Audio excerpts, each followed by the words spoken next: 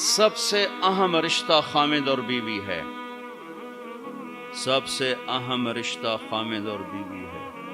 سب سے اہم رشتہ خامد اور بیوی ہے. یہ میں ہوائی فائر نہیں کر رہا. گنو ماں باپ کے لیے کتنی آیات ہیں؟ چند. ماں باپ کے عظمت احترام چند آیات. اولاد کے لیے چند آیات. بہن بھائیوں کے لیے چند آیات. لیکن خامد اور بیوی کے لیے سینکڑوں آیات ہیں. پورا مضمون چلتا ہے. پوری سورت چلتی ہے کہ ایک گھر کیسے آباد ہو. قرآن نے کس رشتے پر زور دیا وہی اہم ہو. کتنا یہ رشتہ ذلیل ہو چکا ہے. کتنی بیویاں روزانہ مار کھاتی ہیں. کتنی بیویوں کو مارا جاتا ہے, گالیاں دی جاتی ہیں, ان کے ماں باپ کو گالیاں دی جاتی ہیں, ان کے بہن بھائیوں کو گالیاں. ساس سسر کتنی ننگی تلوار ہیں. تم سارے علماء مفتی بیٹھے ہو, کہیں ساس بہو کے رشتے کے کوئی حقوق آئے ہیں؟ کہیں سسر اور بہو کے رشتے کے کوئی حقوق آئے ہیں؟ لیکن میرا معاشرہ سارا حق ساس سسر کے آنے والی بہو پر ڈالتا. خامن تو بیچ میں شامل واجہ ہے, بچو پتہ نہیں کدو آ گیا, تو پہ چھاڑ سانو کرن دے جو کرنا. ایک عورت جب ماں ہوتی ہے تو رومے سے محبت کے چشمے, جب ساس بنتی ہے تو رومے سے زہر اگلنے لگ جاتی. یہ کیا معاشرہ ہے؟ اس معاشرے نے کو ہم, یہ علماء کا قصور ہے کہ انہوں نے معاشرت نہیں سمجھائی. اچھا, ایک اس رشتے کی اہمیت اس وجہ سے سینکڑوں آیات ہیں.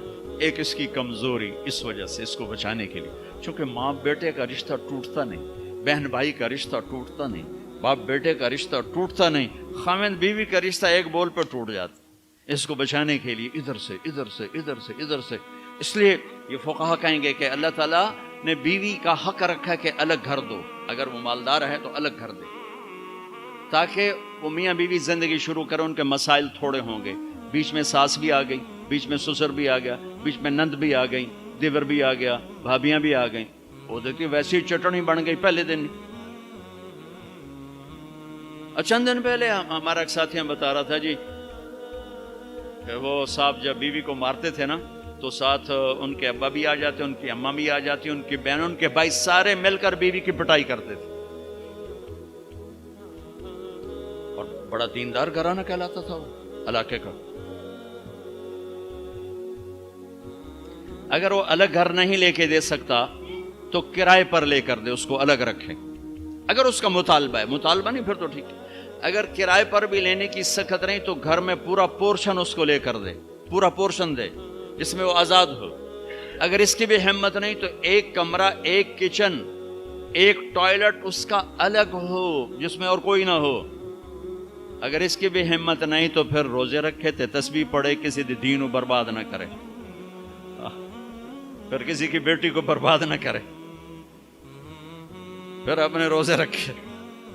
یا معاشر الشباب من استطاع منکم البعۃ فلیعفل وان لم یستطع فعلیہ بالصیام. پھر روزے رکھو, تسبیح پڑھو, کسی کی بیٹی کو برباد نہ کرو. یہ بہت خوبصورت رشتہ ہے, لیکن جوائنٹ فیملی سسٹم نے اسے تباہ کر کے رکھ دیا. جوائنٹ فیملی سسٹم بہت اچھا, مشترکہ نظام زندگی بہت اچھا تھا جب ایک دوسرے کے حقوق کا پتہ تھا. اب حقوق کا نہیں پتہ, لہذا ادھر سے آگ, ادھر سے آگ, ادھر سے آگ, ادھر سے آگ. میں سر درد کا مریض ہوں, تھوڑی تھکاوٹ شروع ہو جاتا, فاقہ شروع ہو جاتا, تو میں روزے رکھنے کے لیے مری چلا جاتا ہوں کہ بھئی چلو کوئی ٹھنڈک, روزے کا لمبا ہونا اور ٹھنڈک شاید اس کو کچھ وہ بیلنس کر دیتا ہے. تو میں کچھ 3-4 روزے پھر بھی چھوٹ جاتے ہیں, لیکن اکثر پورے ہو جاتے ہیں. تو بھوربن میں وہاں ایک جگہ میں ٹھہرتا ہوں, تو عصر کے بعد میں تھوڑا بیان کرتا ہوں معاشرت پر. تو پہلی دفعہ جب میں وہاں ٹھہرا تو 8ویں دن امام مسجد کی بیوی آئی ہمارے پاس, میری بیگم کے پاس, کہ جی بیگم صاحب میں نے آپ کا اور مولانا کا شکریہ ادا کرنا ہے کہ آج میری زندگی کا پہلا ہفتہ ہے میرے خامد نے مجھے مارا نہیں. پہلا ہفتہ. امام مسجد, امام مصلی پہ کھڑے ہونے والا, کہا پہلا زندگی کا ہفتہ ہے میرے خامد نے مجھے مارا نہیں, ورنہ میری ہر دوسرے دن پٹائی ہوتی تھی.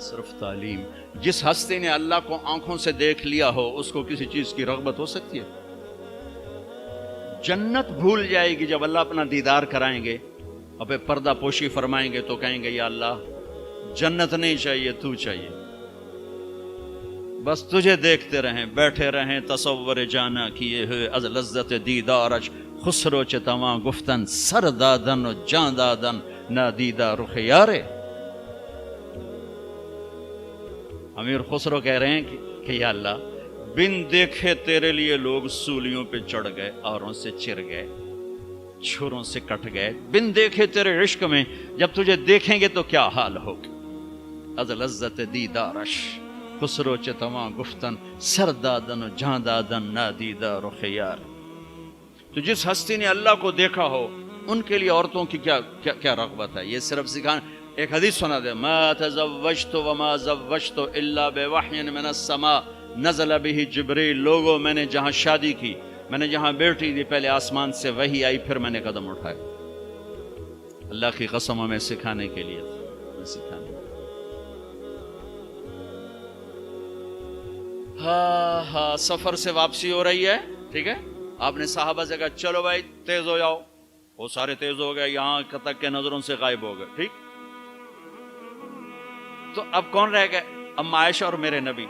تو ام عائشہ نہیں، میرے نبی نے کہا عائشہ دوڑ لگائیں، دوڑ لگائیں، لگائیں. اللہ اکبر، مفتی نعیم کا اتنا بڑا پیٹ، یہ دوڑ لگائے گا بیگم کے ساتھ؟ وہ مولا منظور مینگل کا اس سے بھی بڑا ہو گیا، یہ لگائیں گے؟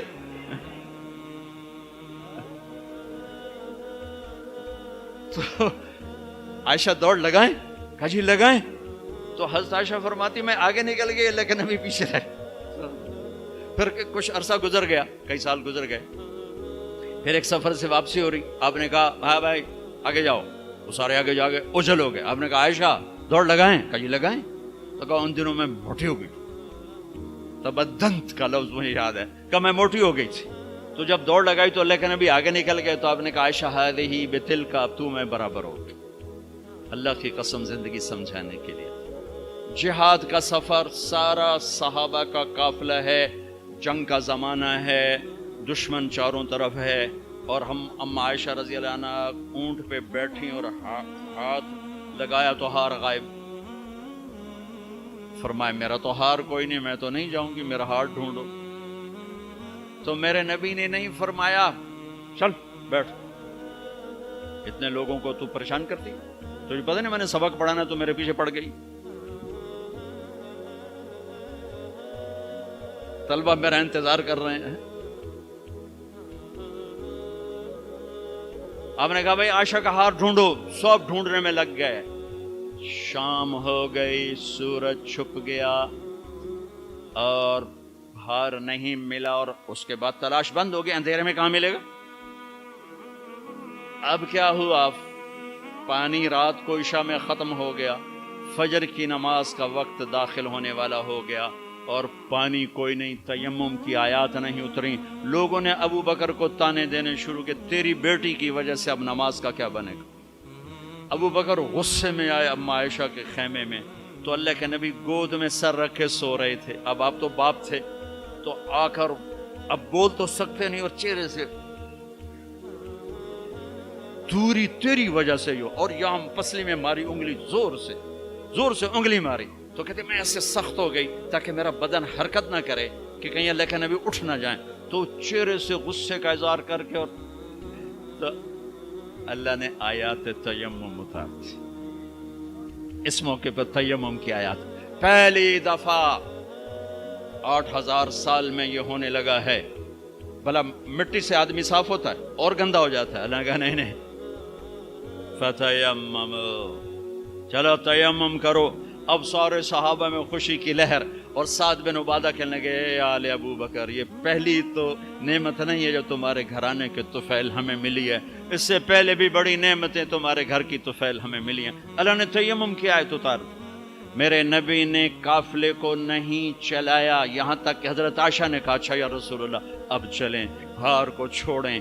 پھر میرے نبی چلے، اور جب اونٹنی کو اٹھایا تو ہار اس کے نیچے پڑا ہوا تھا، وہ سارا باہر ڈھونڈتے رہے, ہار نیچے چلا گیا تھا گر کر. یہ میرے نبی کی زندگی ہے. یہ مینگل صاحب سے کہتا ہوں پڑھائیں, مفتی نعیم سے کہتا ہوں یہ زندگی پڑھائیں, کہ ان کی بیویاں ان کو دعائیں دیں, ان کے ماں باپ ان کو دعا دیں, ان کی اولاد ان کو دعا دے. وہ باپ نہیں ہے جس کو دیکھ کے بچے ڈر جائیں, وہ تھانے دار ہے, تھانے دار بیٹھو ہے. وہ استاد نہیں جس کو دیکھ کے شاگرد ڈر جائے, وہ تھانے دار ہے. وہ خامد نہیں ہے جس کو دیکھ کے بیوی سہم جائے, وہ تھانے دار ہے. خامد وہ ہے جس کو دیکھ کے بیوی خوش ہو, باپ وہ ہے جس کو دیکھ کے اولاد خوش ہو, استاد وہ ہے جس کو دیکھ کے شاگرد خوش ہو. اگر زندگی کو نکھارنا ہے, ضبط کرنا سیکھو, برداشت کرنا سیکھو, غصے کو پینا سیکھو. یغلبن الکریم ویغلبہن اللئیم. اللہ اکبر. میرے نبی نے فرمایا اخلاق والے پہ بیویاں غالب آ جاتی ہیں اور بد اخلاق بیویوں پہ غالب آ جاتے ہیں. لَأَنْ أَكُونَ مَغْلُوبًا كَرِيمًا أَحَبُّ إِلَيَّ مِنْ أَكُونَ غَالِبًا لَئِيمًا. میں اخلاق والا بن کے بیوی سے دب کے رہوں, یہ مجھے پسند ہے اس بات سے کہ میں بد اخلاق ہو کر, کمینہ ہو کر بیوی پہ غالب آؤں. لئیم بد اخلاقی کی آخر جس کو ہم کمینہ کہتے ہیں.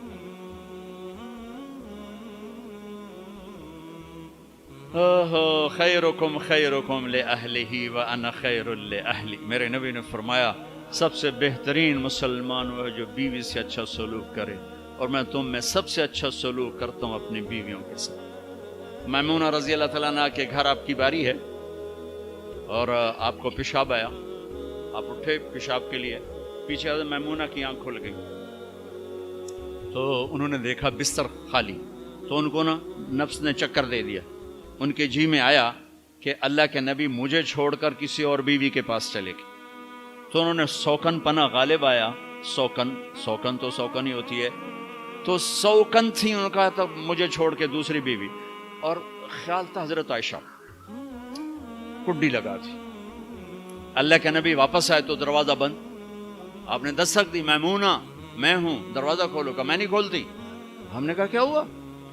کہا مجھے چھوڑ کے دوسری بیوی کے پاس جاتے ہیں, باری میری ہے. آپ نے کہا اللہ کی بندی, انی حاقن, مجھے زور کا پیشاب لگا تھا میں اس لیے گیا تھا. کہا نہیں کوئی پیشاب نہیں ہے, مجھے پتا ہے. آپ نے کہا میمونہ میں اللہ کا رسول ہوں, میں کبھی خیانت کر سکتا ہوں؟ پھر ان کو کرنٹ لگا, اوہ یہ میں نے کیا کیا, تو اللہ کا رسول. پھر ڈرتے ڈرتے دروازہ کھولا, پتہ نہیں اللہ کے نبی کیا کریں گے. آپ اندر آئے اور مسکرائے اور جا کر اپنی چارپائی پہ لیٹ.